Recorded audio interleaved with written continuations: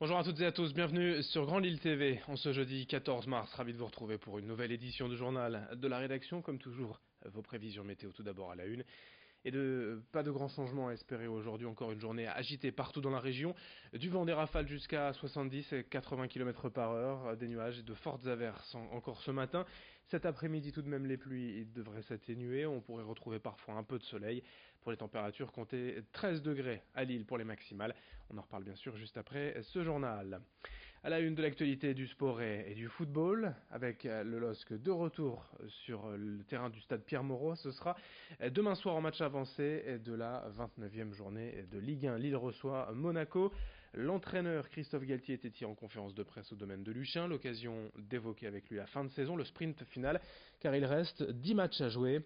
Toujours bien installé à la deuxième place avec 7 points d'avance sur Lyon, Lille peut croire au podium et à une qualification pour la Ligue des Champions. Mais Christophe Galtier se veut prudent et méfiant surtout à l'heure d'affronter Monaco. Longtemps en difficulté cette saison, les joueurs de la Principauté se sont renforcés cet hiver et affichent une nouvelle énergie. On écoute l'entraîneur lillois au micro de Rémi Desremaux. On était sur une période à un certain moment, match nul contre Montpellier, match nul contre Strasbourg, qui n'étaient pas spécialement des contre-performances. Mais il fallait gagner derrière. On est arrivé à l'emporter face à Dijon et face à Saint-Etienne. Il faut continuer à jouer pour gagner. Parce que si nous voulons conserver cette deuxième place, il est important de gagner. Gagner, ça développe de la confiance. Ça peut faire aussi douter les concurrents, ceux qui sont derrière, automatiquement. Après, est-ce qu'on doit se donner un objectif de ne plus perdre jusqu'à la fin de la saison ? C'est pas mon genre de donner ce genre d'objectif-là. On est match après match et les jouer pour les gagner. Autre information régionale en ce jeudi, l'emploi et les opportunités d'embauche dans le secteur du transport. En ce moment, l'entreprise de mutuelle Carcept Prev fait le tour de France pour proposer ses produits adaptés aux chauffeurs poids lourds. Ils étaient hier à Saint-Lenoble, près de Douai, sur le parking de la société Bills d'Euro. Comme d'autres depuis quelques années désormais, cette entreprise éprouve de réelles difficultés à trouver des chauffeurs poids lourds dans la région. Il manque des candidats, notamment des jeunes. Bien souvent, ce sont en effet les personnes en reconversion qui postulent. Aujourd'hui, l'entreprise Bills d'Euro recherche une cinquantaine de chauffeurs poids lourds en région. Des postes disponibles mais qui ne trouvent pas preneur. Explication au micro de Vincent Vieillard.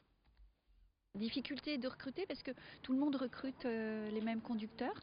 Donc du coup, on met en place beaucoup de partenariats avec Pôle emploi, avec Proche emploi et on accompagne des collaborateurs qui sont en changement de métier, qui n'étaient pas conducteurs et deviennent conducteurs. Avant, il y avait le service militaire, le bon service militaire, où il y avait un certain nombre de personnes qui passaient leur permis. Et aujourd'hui, c'est un peu plus compliqué. Alors, il y a une grande campagne qui est aidée par la branche pour réussir à changer l'image de marque du conducteur, parce qu'aujourd'hui un conducteur super poids lourd, c'est quelqu'un qui a l'informatique embarquée, qui a la responsabilité de sa cargaison. Un conducteur qui fait des heures fait entre 2000 et 2500 euros net, tout confondu entre ses heures et ses frais. En France et dans la région, personne ne pourra jamais oublier l'affaire des frères Jourdain, responsables de la mort de 4 jeunes filles lors du carnaval du Portel en 1997. Aujourd'hui, l'actualité met une nouvelle fois en avant le nom de ces deux criminels. Explication avec Xavier Silly en plateau. L'actualité est marquée par l'annonce du décès d'un des détenus de la région les plus haïs de France. Jean-Louis Jourdain a succombé le 6 mars dernier à une longue maladie à l'âge de 59 ans. Souvenez-vous, en l'an 2000, il avait été condamné avec son frère à la réclusion criminelle à perpétuité. Une condamnation pour 4 meurtres au carnaval du Portel, des faits qui remontent à février 1997.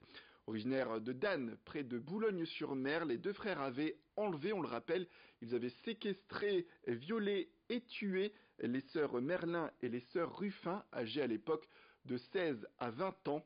L'affaire avait suscité un émoi énorme en France. La maison dans laquelle les deux frères vivaient avait même été brûlée suite à la colère de la population.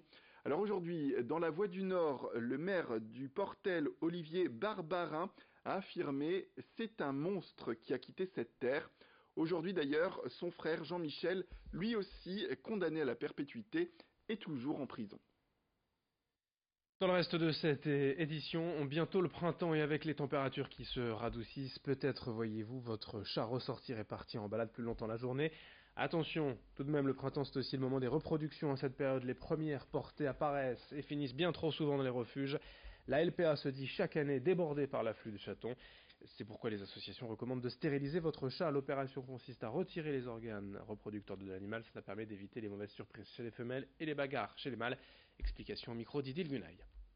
Quand vous constatez que dans votre quartier, il y a une forte population de chats errants, vous pouvez demander à votre mairie d'effectuer une campagne de stérilisation. Alors plus vous êtes nombreux dans le voisinage à faire la demande, plus ce sera pris en considération de la part de la mairie. Et la mairie ensuite va faire appel à la fourrière conventionnée, donc là en l'occurrence dans 120 communes autour de l'île et Roubaix, c'est nous. Et elle va nous demander une campagne de stérilisation. On va piéger les chats, les prendre en charge, les soigner si besoin, les vacciner, les identifier et les stériliser et les relâcher dans leur habitat naturel. Ce qui évitera du coup la prolifération des chats et éventuellement des maladies et autres. Cette semaine, à Lille, à la salle du Gymnase, face au théâtre Sébastopol, près de 1000 œuvres d'art sont exposées et vendues au profit de la recherche contre les cancers pédiatriques. À l'origine de cette opération, il y a 2 mamans ayant perdu leurs enfants d'un cancer des os. Elles ont créé l'association Les 111 des Arts de Lille ainsi. 111 artistes de la région sont présents cette semaine pour exposer et vendre leur travail. Chacun présente 11 pièces et chaque œuvre est vendue 111 €. Il y a 15 € pour les frais divers, 48 € pour l'artiste et 48 € pour la recherche médicale. Les bénéfices iront au centre hospitalier Oscar Lambret à Lille. Explication avec ces 2 mamans au micro de Margot Sey. C'est basé sur la confiance que les artistes nous offrent et donc ils sont venus avec un minimum de 11 œuvres qui vont toutes être vendues 111 €. Voilà. Et sur les 111 €, il y a 48 € qui retournent à l'artiste s'il le souhaite et il y a 48 € qui iront au centre Oscar Lambret de Lille pour financer la recherche contre les cancers pédiatriques. Fin de cette édition sur Grand Lille TV. Dans un instant à suivre vos prévisions météo. Merci de votre fidélité.